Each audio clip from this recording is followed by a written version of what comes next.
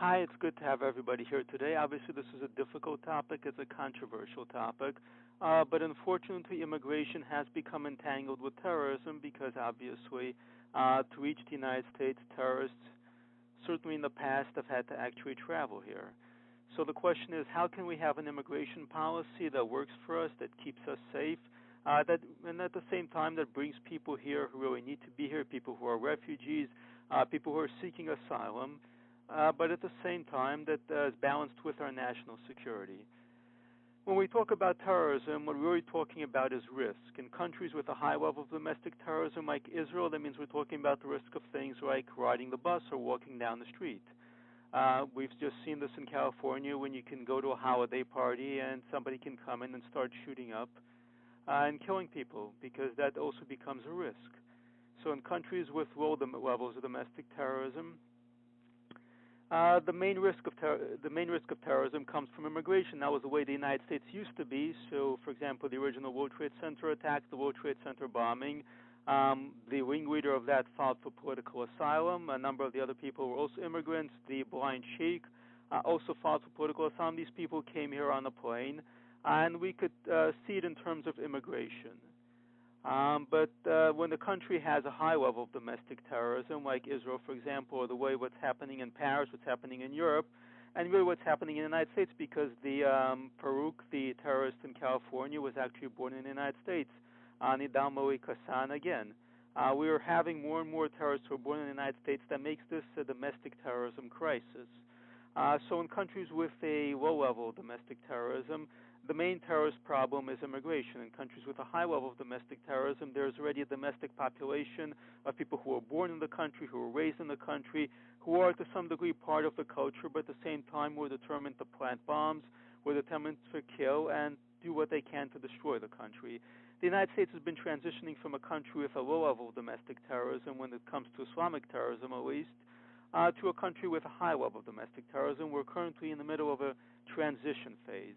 Now, the practical point of a transition phase is that terrorism stops being something that you worry about in terms of immigration, in terms of something that happens at the airport or at the border, and then it becomes, if I go to this holiday party, if I go to this marathon, will I get shot up, will I get blown up, will I die? That's already the reality in Israel.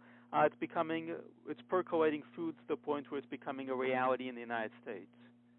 So when you're a country with a low level of domestic terrorism, then you want to do everything possible to avoid becoming a country with a high level of domestic terrorism, obviously. Now, any country obviously can have a terrorist plot executed against us. If the terrorists are resourceful enough, if they try enough times, if they go through enough of the process, they will find a way through. No security system is perfect. There's no such thing as a bulletproof plan. There's no such thing as a system that can't be hacked, a security procedure that can't be bypassed. Sooner or later, there is a way in. But it can be a one-time thing. It can be we have to be lucky every time, they have to be lucky just one time. But that's to some degree manageable, as long as it's an external threat. The tipping point, though, is when a country goes from having a low level of domestic terrorism to a high level of domestic terrorism. So it's not something like September 11th, which we could view as a one-time event that may not be repeated for another 20 years or so. Hopefully, certainly it won't be. But the real threat can come in this kind of drip, this kind of constant terrorist attacks, this kind of constant level of low-level terrorism, which is in and out, which takes a toll on morale, which takes a toll emotionally on people, which makes it very difficult for society to continue functioning. September 11th was not the worst-case scenario. It was obviously very horrible. I was in New York. I was in downtown Manhattan at the time. I knew people who were there. It's a horrific event. But a constant wave of low-level domestic terrorism, the sort of thing we're seeing in Israel, the sort of thing we're beginning to see in parts of Europe, the sort of thing we're getting hints at in the United States, is much scarier because it's a constant process. It's not one big thing. It's a constant weekly terror plots. It's knowing that at any moment somebody might drive up and just start stabbing you or shooting you. It's really equivalent to a very high level of crime, except that it can strike anywhere at any time, and there's no bad area where it can happen. It can be anywhere. And really that's the tipping point. A country with a high level of domestic terrorism is a place where attacks can happen at any time because support for the terrorists is widespread and the terrorists are integrated into the local population.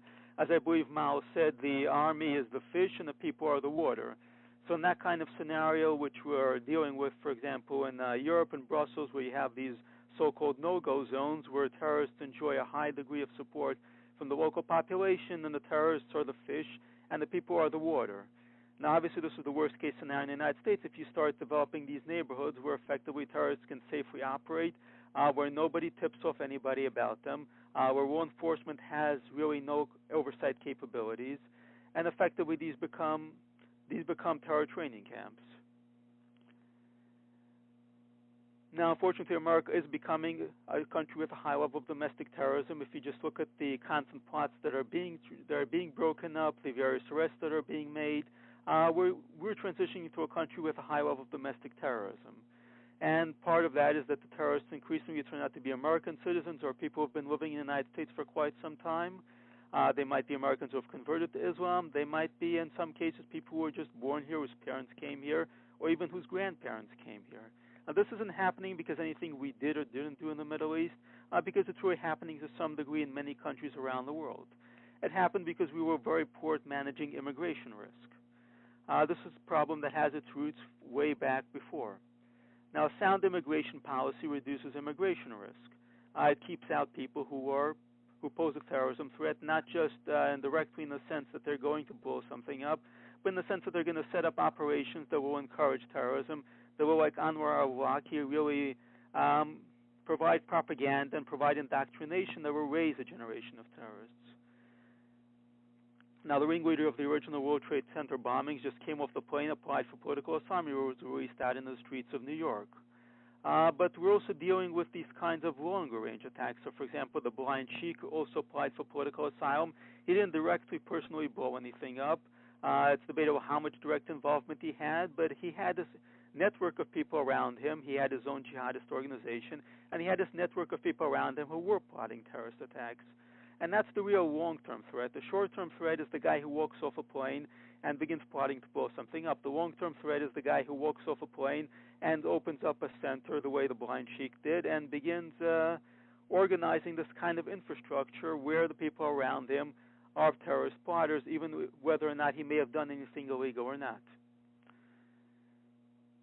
So as the California terrorist attack shows, obviously terrorists don't necessarily walk around with signs announcing that they're terrorists. There are warning signs and there are risk factors, but at the same time, it's very hard to know what is in somebody's heart. We're talking about Syrian refugees now. That's been a major focus. So let's take a look at some of the risk factors and some of the numbers. A 2007 poll showed that 77% of Syrians supported financing Islamic terrorists, including Hamas, which is an organization that believes that Jews pretty much have to be exterminated and fought everywhere, and the Iraqi fighters who eventually evolved into ISIS. Less than 10% of Syrians oppose their terrorism. Those are obviously pretty bad numbers. But they are from 8 years ago. But a poll this summer found that 1 in 5 Syrians supports ISIS.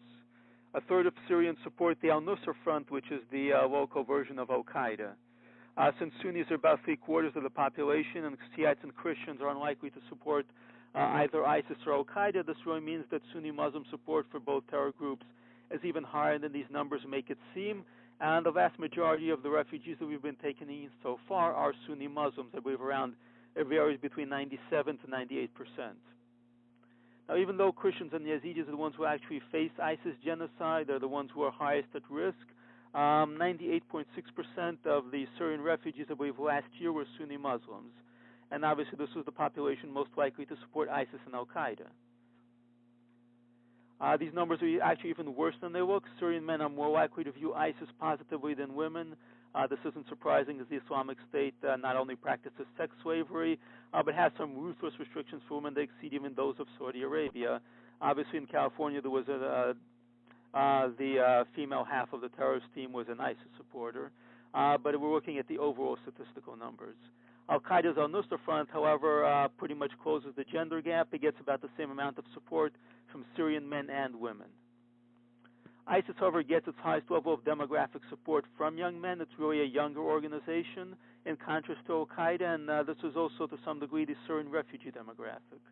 In the places where Syrian refugees come from, support for al-Qaeda groups can climb as high as 70% in Idlib, 67% in Quneitra, 66% in Raqqa, 47% in Azor, 47% in Asaka, 40% in Dara, and 41% in Aleppo. 70% support for ISIS in Raqqa has been dismissed as support as the result of fear. But if Syrians in the ISIS capital are just afraid of the Islamic State, why is the al-Nusra Front, which again is the al-Qaeda affiliate, which ISIS is fighting, get nearly as high a score? So it would appear that their support for al-Qaeda, their support for Islamist terrorists, is very much real. Do these numbers apply to Syrian refugees? That's obviously the big question. Again, it's hard to say how true that is. I've seen only one poll that really dealt with Syrian refugees, but that poll showed that 13% of Syrian refugees do admit to supporting ISIS. That means if we take in 10,000 people, we've got good odds that 1,300 of them are going to be ISIS supporters. Obviously, that's 1,300 too many. The poll didn't delve into the views of other al-Qaeda groups such as the al-Nusra Front, but as you've seen from the previous statistics, their level of support would be higher. When the Syrian refugees were asked to pick the list the greatest terrorist threat, 29% picked Iran, 22% picked Israel, and 19% picked America. So they're not our biggest fans. Only 10% viewed Islamic terrorism as the greatest threat. So even to the extent that they reject ISIS, they tend to dislike us more than they dislike ISIS. So if it ever becomes a question of the enemy of my enemy is my friend, there's a terrorist plot going on, should I phone the FBI about it? These statistics are not encouraging. Now, by way of comparison, twice as many Iraqis see Islamic terrorism as a threat than Syrians do. And even Palestinian Arabs, who tend to really just top the scales when it comes to support for terrorism usually, more of them see Islamic terrorism as a threat than Syrians do. These are pretty terrible numbers, as I've said. It means there's a very high level of support, or at least tolerance, for Islamic terrorists among Syrian refugees. 37% of Syrian refugees oppose U.S. airstrikes on ISIS. 33% oppose the objective of destroying ISIS. 73% of Syrian refugees view U.S. foreign policy negatively. That's a higher number than Iraqis.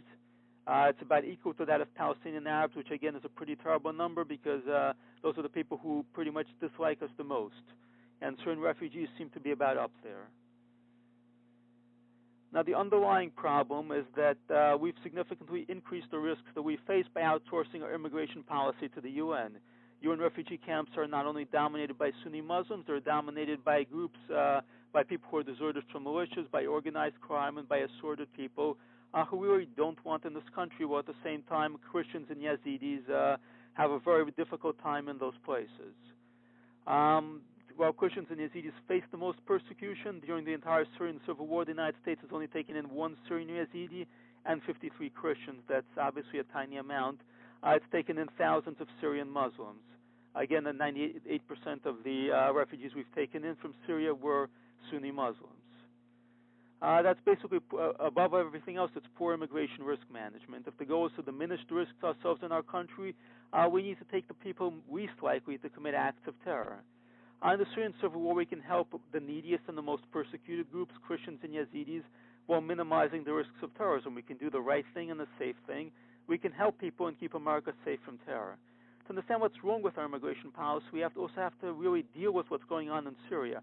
Our big focus has been on ISIS. ISIS certainly has a way of getting publicity. It's fantastic at getting publicity, and it's also a huge threat. It's certainly the most successful group in the Syrian civil war, but it's exploiting the existing chaos of the Syrian civil war. During the Iraq war, what happened was that the Syrian government, Assad's government, made the decision to back the al-Qaeda terrorists and the other terrorists attacking American soldiers. It became a highway for al-Qaeda suicide bombers and other terrorists to transition through and attack on the United States and Iraq. Assad's idea was that Sunni Islamists who are likely to be a problem for him would just go off to fight and die in Iraq. If they killed American soldiers, it was a win for him because American soldiers would be dead. If they died fighting American soldiers, again, it was a win for Assad because, again, enemies who posed a threat to him would be dead. It seemed like a good time at the plan for Assad since he was killing two birds with one stone, getting rid of domestic Sunni jihadists while hurting America, but it backfired. At the time, General Petraeus warned that in time these fighters would turn on their Syrian hosts and begin conducting attacks against Bashar al-Assad's regime itself. I'm quoting there. and General Petraeus proved quite correct. At the time, the al-Qaeda presence was backed by Assad's brother-in-law, Asif Shawkat, who had served as Director of Military Intelligence and Deputy Defense Minister. In practice, his job was coordinating Islamic terrorist organizations, and during the Iraq War, he added al-Qaeda to his portfolio of terrorist organizations he was coordinating. The al-Nusra Front, the local al-Qaeda in Syria, has named one of its training camps the Abu Ghadia camp. The Abu Ghadia had been chosen by Zarqawi, the former leader of the organization al-Qaeda in Iraq, which is today known as ISIS, to move terrorists through Syria. This highway of terror really killed more American soldiers than Saddam Hussein had. In 2008, a U.S. raid into Syria finally took out Abu Ghadia and some of his top people. Shawkat himself was actually killed by a suicide bomber 3 years later because Assad's support for terrorists had hit home. Those Sunni Islamists he had sent on to Iraq who survived returned to training and skills that made them a grave danger to his regime, exactly as General Petraeus had predicted. Gaddafi's attempt to make a deal with the Islamists of the Libyan Islamic Fighting Group through his son hastened its fall. Assad's own flirtation with terrorists also came to divide him, as the ongoing chaos in Iraq he had cultivated to keep the United States from overthrowing him, combined with the surplus number of fighters, both Syrian and non-Syrian, who had picked up battlefield experience, made him a target as they tried to overthrow him. And trying to avert his own overthrow, Assad ended up creating the very same conditions that actually helped overthrow him. Now, despite the attempts to claim that the Syrian civil war is this kind of simplistic black and white battle between a dictator and secular freedom-loving forces, the result is much more gray. I mean, this is not a war where there are any good guys, really. It's a fight between various Sunni Islamist militias, some that we support and some that we oppose, and Shiite Islamist militias backed and trained by Iran. 2 years ago, the New York Times admitted across Syria, again I'm quoting now, rebel-held areas are dotted with Islamic courts staffed by lawyers and clerics, and by fighting brigades led by extremists. Even the Supreme Military Council, the umbrella rebel organization, whose formation the West had hoped would sideline radical groups, is stocked with commanders who want to infuse Islamic law into a future Syrian government. Nowhere in rebel-controlled Syria is there a secular fighting force to speak of. Now, that's a direct quote from the New York Times, and it's a very important point. There is no secular fighting force to speak of in Syria. So when we're thinking in terms of the people fighting ISIS as being good guys, they're not necessarily good guys. Most likely they're Islamists. I mean, there are other players on the Kurdish side, and there's ISIS, but we have the idea that anybody who's against ISIS is our friend. Al-Qaeda's local affiliate, the al-Nusra Front, which again I've mentioned a few times, is fighting ISIS. Even the Taliban are opposed to ISIS. There are a whole bunch of Islamic terrorist groups who are opposed to us, but who are also fighting ISIS. ISIS is fighting these Islamist groups to force them to recognize its supremacy and its caliphate. So a lot of ISIS enemies are also our enemies. So the idea that the enemy of my enemy is my friend is a very dangerous one over there, because the enemy of ISIS is also Al-Qaeda. Now, ISIS claims supreme authority, so when the administration says that its biggest victims are Muslims, that's not untrue, but at the same time, many of these Muslims are also members of terrorist organizations. So this is a very complicated mess, and it's a very difficult situation. Syria has become a bloodland, so what's happening there has some similarities to a gang war. Former criminal enterprises, a gang that might have been kidnapping or smuggling drugs originally, they can just take some of their weapons and they set up shop as Islamist militias. They can take a grand-sounding name, call themselves Hawks and Lions of something, affiliate with a brigade, which will affiliate with some umbrella organization, and the whole thing can be rolled into something we might call the Free Syrian Army or some Islamic Union. But this is going to be fundamentally deceptive because these organizations are at the heart of it, dependent on these various militias. Behind the logos, various militias can switch alliances. They can move from one group to another, from one umbrella group to another. Fighters can move on and take their weapons along with them to whoever pays them the most. So the line between Al-Qaeda and one of the other Al-Qaedas, and between ISIS and the various jihadist groups, including some that we think are the good guys, can be very thin indeed, and we end up being in bed with the very people that we're supposed to be fighting. Our problem isn't simply ISIS in Syria. ISIS is a major problem, but taking in people opposed to ISIS can also be dangerous because much of the fighting is really between ISIS and other Islamist groups. And these groups believe in imposing their version of Islamic law. They may not be 100% as brutal as ISIS. They may not go as far as ISIS, but they're still part of the constellation of terror, and their ideology primes terrorist attacks because they're fundamentally intolerant terrorist groups. These groups were even imposing their version of Islamic law. That's the bottom line. Many of them, we might not need to worry about them. If they're in Syria, we might never have to think it twice about them. But when we start taking in members of these groups into the United States, that poses a major threat. When it comes into Islamists, the distinction between the good guys we're arming and the bad guys we're fighting becomes really negligible once they're inside in the United States. Even if in Syria we might say that the enemy of our enemy is our ally, in the United States the enemy of our enemy, if they're Islamists, are just mostly another enemy. Refugee camps on top of that are full of deserters from various militias, militia leaders from failed militias who can dominate disorganized and chaotic camps. We have the idea that the UN has everything together. The UN will be handling the first wave of determining who the refugees we're going to be getting are. We're assuming that the UN has it together. The UN does not have it together. The refugee camps are, in many cases, if you look closely, a complete mess. Now you're going to have people who are running these camps effectively, who are basically organized crime combined with traces of Islamist terrorism, they have battlefield experience, and our ability to track and assess them is extremely limited. We outsourced our immigration policy to the UN. We outsourced it to UNHCR. UNHCR employees in the past have sold refugee cards, and they really have no investment whatsoever in our national security. Their priority is not our national security. So the idea that we can rely on them to red flag threats is frankly delusional. UNHCR employees don't care if a terrorist attack happens in the United States 5 or 10 years from now. It's not their responsibility. It's not something they're invested in. It's not something they have any reason to be invested in. What they care about is moving people along through their pipeline and decreasing their responsibilities. Now, some of these people will be their biggest troublemakers. I mean, militia members who in camps form into organized crime groups, selling supplies, they control the refugees. They buy privileges. They sell everything from soap to access to hot water to access to electricity. And this behavior has caused violent riots in refugee camps in the region, in Jordan and so on. It's also caused violent riots and attacks in Europe. And these are the people that UNHCR wants gone as fast as possible. They're the ones who are causing the most trouble. And the best way to do that is just get rid of them by sending them someplace they want to be even more. That means sending them on to America and Europe.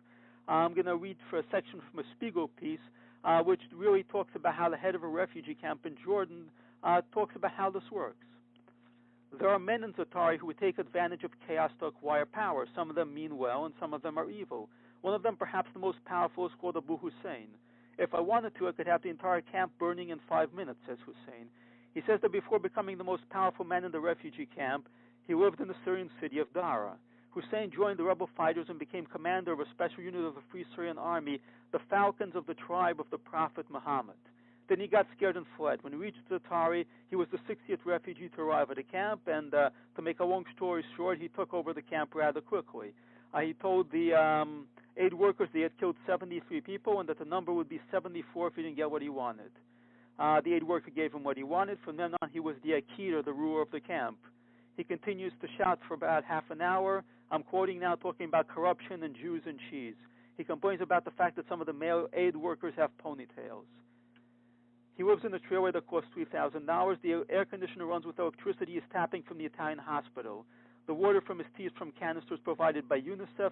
He hasn't worked, paid, or thanked anyone for any of it. Now, these are the types of people UNHCR would love to get rid of. These are also the types of people who are a national security threat.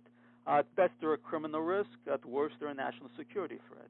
And you can see from this kind of situation, the situation is disorganized. The UN camps are a mess.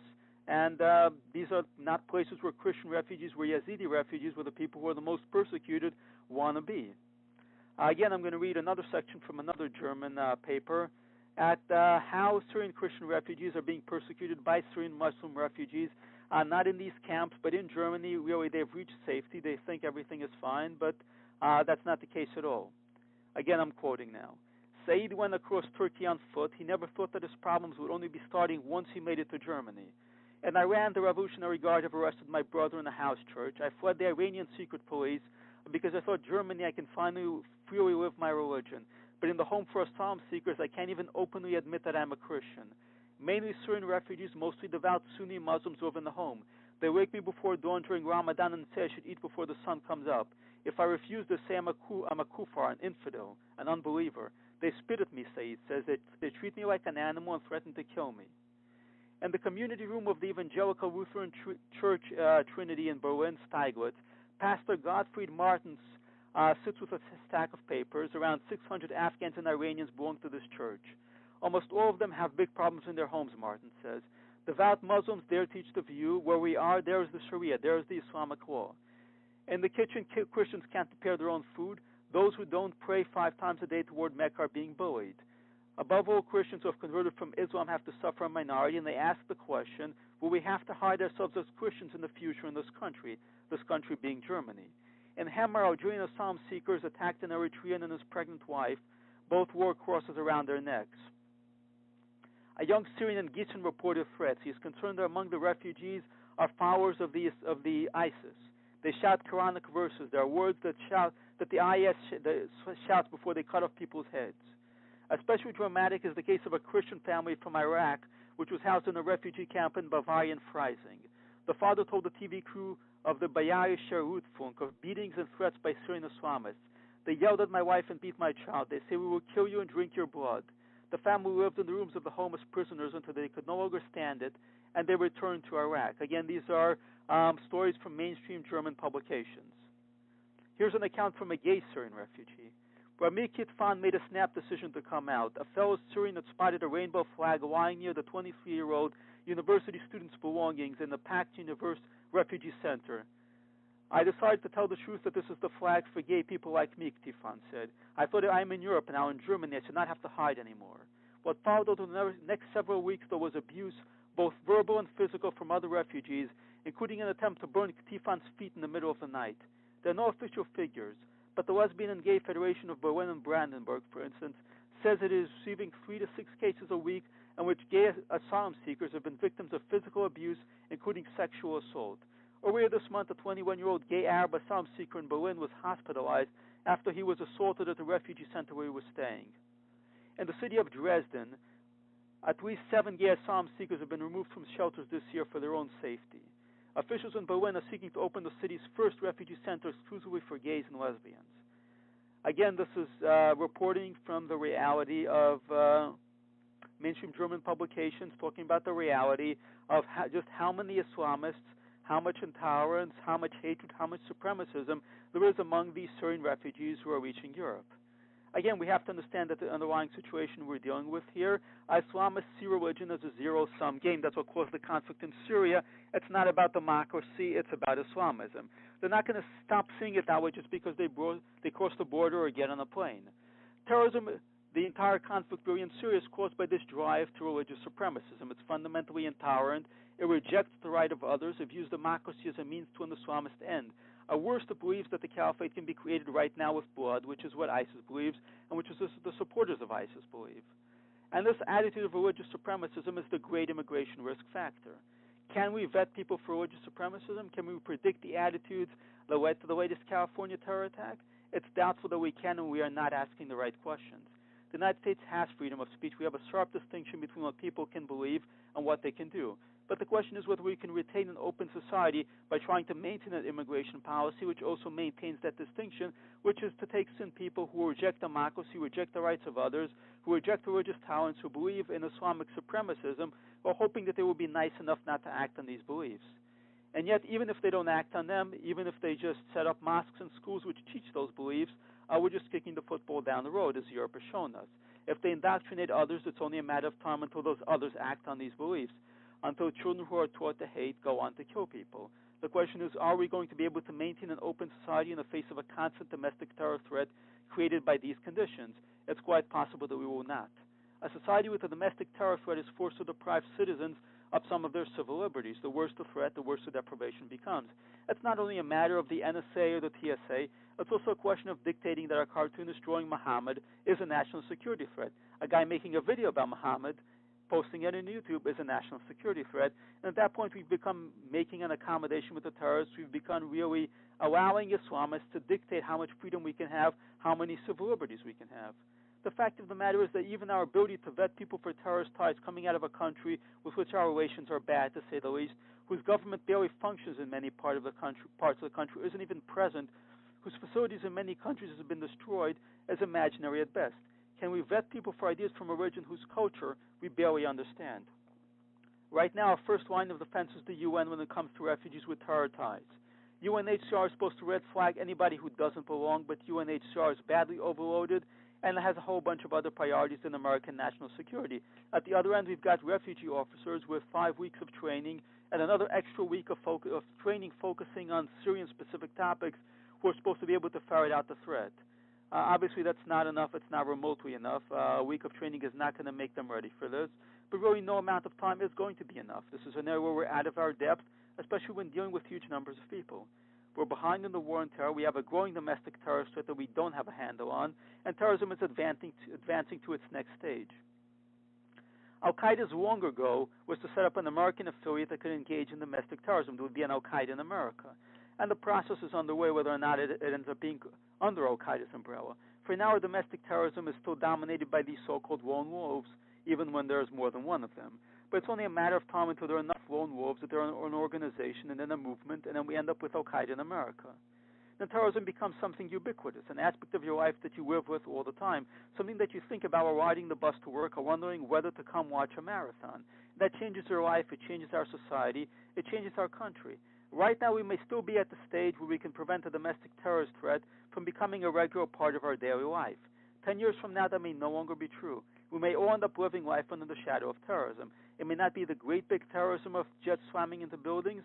Instead, it will be a low-intensity conflict with lots of small pots, many of them broken up, but some that still manage to kill 10 people here or 20 people there, and that's still horrifyingly unacceptable. Living life that way is deeply traumatic to a society. It strikes at our morale. It makes us less confident. Most of all, it changes how we see the world. And that's what is at stake here. This is a war of worldviews. But it's a mistake to think that we can simply win this as an argument. We can't. We have too little in common in terms of worldviews with the people who are debating. The entire idea of countering violent extremism, that we can set up a Twitter account and yet we just somehow defeat ISIS on Twitter is delusional, and a recent review found that it was delusional. And the people who are debating, they don't win their arguments on Twitter at the end of the day. They settle their arguments with knives, bombs, and bullets. The threat is real. How we deal with it is what will define us. We hear that often, but how we don't deal with it, what we don't do, is also going to define us in a much bigger way. Just as what people did not do, what countries of Europe did not do against Nazism, also define them in a much bigger way. There aren't easy answers. Those of us who follow events in Israel, they can see the impact of domestic terrorism on the country. We're beginning to see that closer to home in Europe, where you've got soldiers on the streets and entire cities being locked down. If we make common sense decisions, we may be able to avert the tragedy of seeing these changes come home. A lot of people would like to come to America, for example. We can't accommodate more than a tiny fraction of them, so we have to make some tough decisions. There are an estimated 60 million people who are displaced or on the move. 640 million people polled would like to move somewhere else. 150 million of them would like to come to America.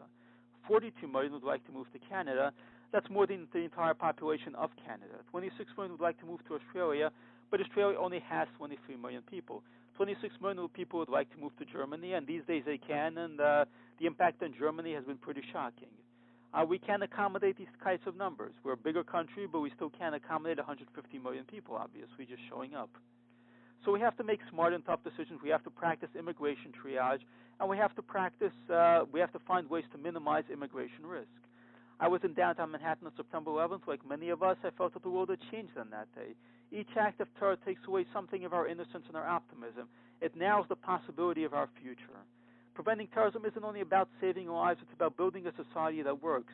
It's about saving our hope for the future. Thank you, Daniel. That was great. I'm actually going to take the moderator's prerogative and ask the first question.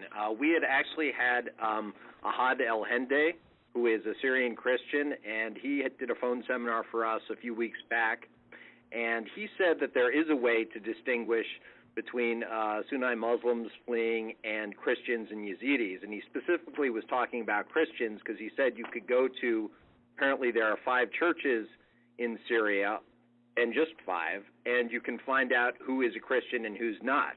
So I just wanted to ask you, would you confirm that? Is that true? And also, could the same thing work with Yazidis? Both of those communities, they're minorities. Syrian Christians and Yazidis are a minority, which means they're very close-knit. Which means they have large extended families. People do know each other, especially people from the same place. So it's completely viable, yes.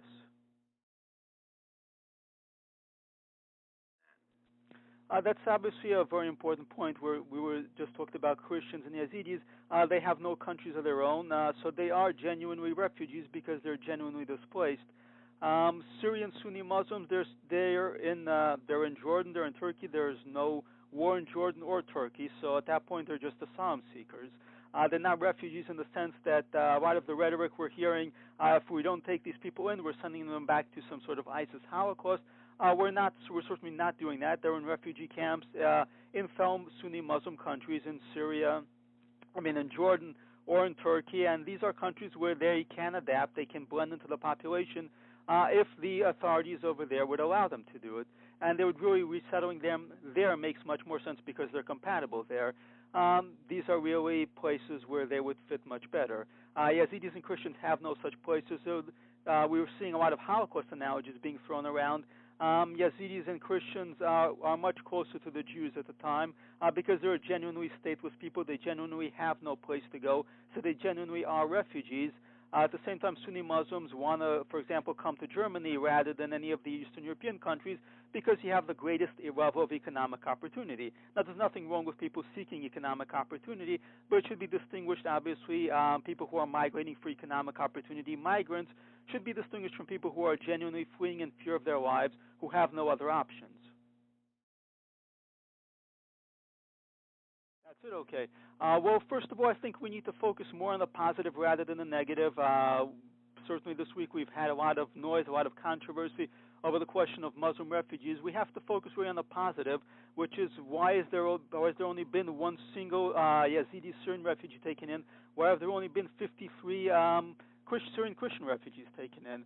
So we need to really focus on the real refugees, the people who are at the most risk. And what Congress really needs to do is shift the focus away to find ways to bring these people to America, to make sure that they're at the front of the line instead of really letting the UN control our immigration policy. So we need to be proactive. We need to control our immigration policy when it comes to refugees. We need to make sure that the most persecuted people, the genuinely stateless people, the Yazidis and the Christians are at the front of the line, that we're taking them in first, and that we're filling our quota from them because it's the right thing to do. I don't think that ISIS necessarily views us in terms of the greatest threat. So certainly bombing major ISIS targets, hitting their centers where they actually hope to establish their caliphate would be viewed as the greatest threat. Obviously, military force is the single greatest threat, but that's something that's in the hands of the White House. And the White House has made its decision. France has done more to bomb core ISIS targets than we have. Our policy is to avoid collateral damage. So really, until we actually seriously engage militarily with ISIS, nothing we really do is going to be much of a threat. Well, first of all, we have to think not only in terms of who's a terrorist right now, we have to think of who's going to become a terrorist 5 or 10 years down the road. So one thing, and some European countries are doing this, they're testing for tolerance. They're asking, how willing are you to tolerate Christians? How willing are you to tolerate, for example, gay marriage? How willing are you to tolerate women working? And you can just run through this kind of tolerance spectrum, and it's a very basic way of screening people. And obviously, some people are going to lie. A lot of them are going to know the answers that we want, but some of them aren't, and this is just a basic common sense frontline approach. On the secondary scale, we do have to look at associations with various Islamist groups, and we have to look at family ties because, again, this is somewhat politically incorrect, but a lot of this does run in families. Somebody whose uncle, whose grandfather was a major figure in the local Muslim Brotherhood, there's a good chance that the rest of the family is also involved in this. We're seeing signs of that, for example, in the latest California attack on the Malik side of that. Because really, one brother pulls in another, a father pulls in a son, uncle pulls in their niece, and you get this kind of chain. So you have to really look at family ties. It's something we're not very comfortable with doing because we think in individualistic terms, but a lot of the people we're dealing with don't think in individualistic terms. When we look at the structure of these terrorist organizations, in many cases they do have close-knit family ties and they do have family connections.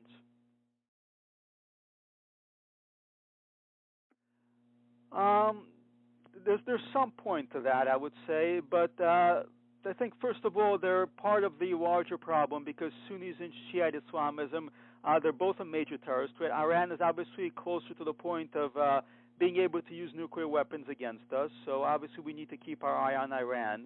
And to some extent, the fight against ISIS has drawn us into this kind of situation where we rationalize alliances with Iran.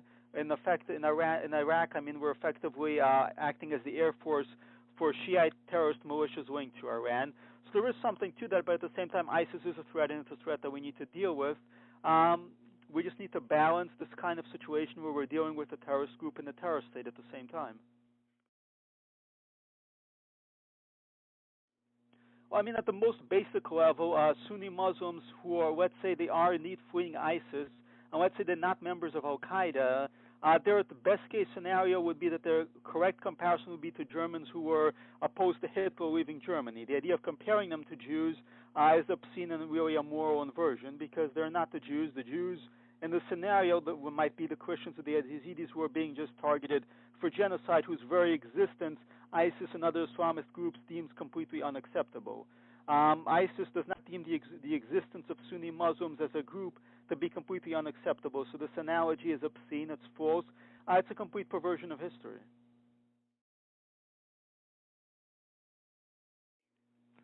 Well, that's hard to say. I think the IDF probably has any number of plans for doing that. It would definitely be a very challenging and very crazy and very risky mission, but Israel has specialized in those before. I mean, taking out Iraq's nuclear reactor certainly was in that category. Taking out Iran's nuclear program would be a much bigger challenge. But again, Israeli military people have been good at out-of-the-box thinking. The problem is that they're largely crippled these days by bureaucracy and by outside agendas.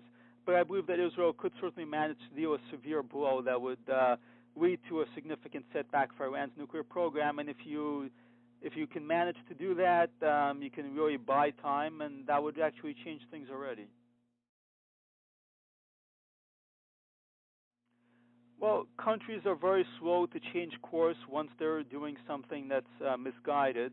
Again, we saw that in Europe during World War II, where it really took a while to reorient some of their political ideas and deal with the rising threat. For the moment, the European governments have a great deal of trouble reorienting to deal with the threat.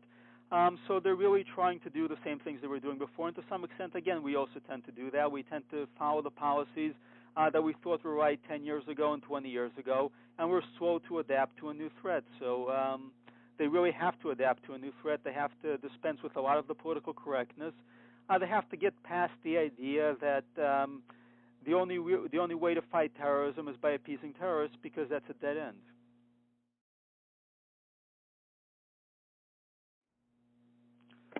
Certainly it's a problem. It's definitely a problem in these types of discussions. We certainly need to be able to address the fact that this kind of terrorism does come out of Islam. I mean, even the White House's last speech, the Oval Office speech, conceded that this does come out of Islam, but at the same time it backtracks to the various, it has nothing to do with Islam. So there's this kind of schizophrenic response.